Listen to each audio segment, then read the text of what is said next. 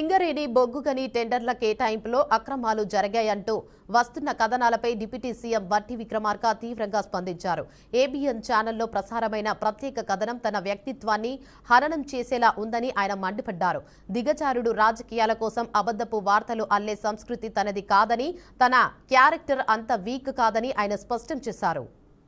ఇటువంటి కట్టు కథనాలను సృష్టించడం లేకపోతే వాటిని స్ప్రెడ్ చేయటం చేసే అంత వీక్ క్యారెక్టర్ కాదు బట్టి విక్రమార్కని. ఈ ఆత్మని కాపాడి భవిష్యత్ తరాలకు అందించడమే నా ముందు ఉన్నటువంటి ఏకైక లక్ష్యం. రాధాకృష్ణ గారి లాగా నేను ఏది పడితే అది మాట్లాడటమో ఏది పడితే అది రాయటమో నేను చేయను. ఎందుకంటే నాకు కొన్ని బాధ్యత, ఒక విధానం కూడా ఉంది. ఎందుకంటే నేను రాజకీయాల్లోకి వచ్చిందే కాపాడి భవిష్యత్ తరాలకు అందించడమే నా ముందు ఉన్నటువంటి ఏకైక లక్ష్యం. రాధాకృష్ణ గారి లాగా నేను ఏది పడితే అది మాట్లాడటమో ఏది పడితే అది రాయటమో నేను చేయను. ఎందుకంటే నాకు కొన్ని బాధ్యత, ఆస్తులు సృష్టించుకోవటం కోసం, వ్యాపార సామ్రాజ్యాలు విస్తరించుకోవటం కోసం, లేకపోతే అధికారాన్ని హోదాగా అనుభవించడం కోసం నేను రాలేదు. నేను ఒక ప్రత్యేక లక్ష్యం కోసమే రాజకీయాల్లోకి వచ్చాను. ఇక్కడ ఉన్నటువంటి ఆస్తుల్ని, వనరుల్ని, వ్యవస్థల్ని అన్నిటినీ కూడా సమాజంలో అన్ని వర్గాలకి సమానంగా పంచడం కోసమే నేను రాజకీయాల్లోకి వచ్చాను. నా జీవితం చాలా ట్రాన్స్పరెంట్ గా ఉంటుంది. ఎవరికో ఏదో ఉపయోగపడటం కోసం దీంట్లో ఉప ముఖ్యమంత్రి పాత్ర ఉందని రాశాడు. నేను ఆయన్ని సూటిగా అడుగుతా ఉన్నాను వారి మీద గౌరవంతో. టెండర్ పిలిచింది సింగరేణి సంస్థ, ఆ బోర్డు. ఆ టెండర్లో ఏ కండిషన్స్ ఉండాలో బోర్డు పెడుతుంది, మంత్రి కాదు. ఈ మాత్రం కూడా జ్ఞానం లేకుండా నీకు తోసింది రాయటం కాదు. ఇంకొక కాలం కూడా రాశాడు అందులో. ఆ కాలం ఏంటంటే సైట్ విజిట్ పెట్టారు, అందుకే ఆ పెట్టి దాంట్లో దానికి కావాల్సినటువంటి వాళ్ళకి ఇచ్చుకోసం పెట్టుకున్నారు అన్నారు. నాకు తెలియదు, ఇది రాసిన తర్వాత నేను ఎంక్వైరీ చేశాను.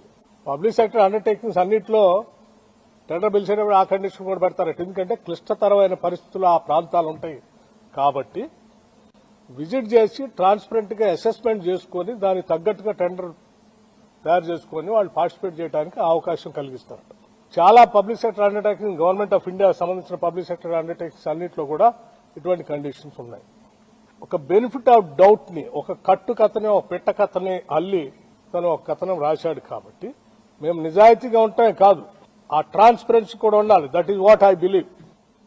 అప్పుడే ఎవరికో ఇచ్చినట్టు ఎవరికో ఇవ్వటం కోసం దీంట్లో చేస్తున్నారని రాసిన దానికి మేమెట్లా బాధ్యులు అంటే నేను చెప్పాను, that is a different part, live it. ఆ రాసిన ఆయనకి ఎవరి మీదో ఏదో ప్రేమ ఉండొచ్చు, లేకపోతే నేను మొదటి నుంచి కాంగ్రెస్ పార్టీలో ఉంటే రాజశేఖర రెడ్డి గారికి అత్యంత సన్నిధులుగా ఉండటం వల్ల రాజశేఖర రెడ్డి గారి మీద ఉన్నట్టు కోపంతో నా మీద కూడా కోపం చూపించడానికి రాసి ఉండొచ్చు.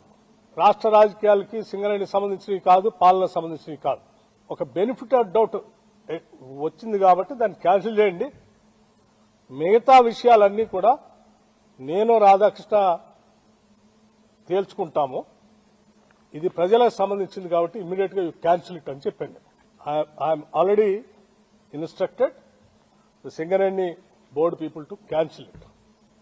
ఇక రాధాకృష్ణ విషయానికి ఈ కట్టు కథ, పెట్ట కథ రాసిన దాని అన్నిటికీ అతను ఏ ఉద్దేశంతో రాశాడు, ఎందుకు రాశాడు, ఏ రాజకీయ ఉద్దేశం ఉంది, దాని వెనక ఎవరుండి నడిపిస్తున్నాడో అన్ని విషయాలు మళ్ళీ తిరిగి వచ్చిన తర్వాత నేను మొత్తం ఫుల్ ఫ్లెడ్జ్డ్ గా ప్రెస్ పిలిచి నేను మాట్లాడతాను.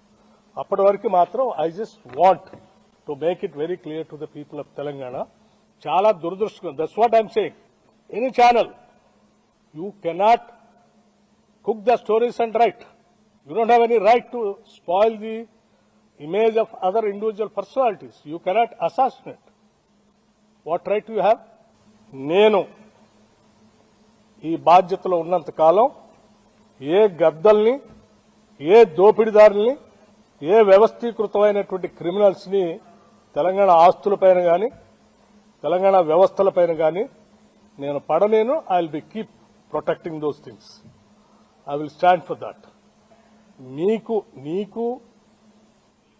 లేకపోతే మిగతా మీడియా సంస్థకి మీ ఇద్దరి మధ్యన ఏ సంబంధాలు ఉన్నాయో, ఏ వైరం ఉందో అది మీ ఇద్దరు తెలుసుకోవాల్సింది. మీ ఇంట్రెస్ట్ల కోసం రాష్ట్రాన్ని, పాలనని, ప్రభుత్వాన్ని, అందులో అధికారుల్ని, మంత్రుల్ని లాగుతామంటే చూస్తూ ఊరుకోవడానికి ఎవరు సిద్ధంగా లేరు. ఆత్మగౌరవంతో బతుకుదామని, బతకాలని, ఆత్మగౌరవం లేకుండా ఈ సమాజాన్ని దోపిడీ చేస్తూ హింసిస్తున్నటువంటి వర్గాలకు వ్యతిరేకంగా నిలబడి ఆ వర్గాల ఆత్మగౌరవాన్ని సాధించి పెట్టడానికని రాజకీయాల్లోకి వచ్చా. I also live with the same self-respect. I don't bend for anything. I stand for that.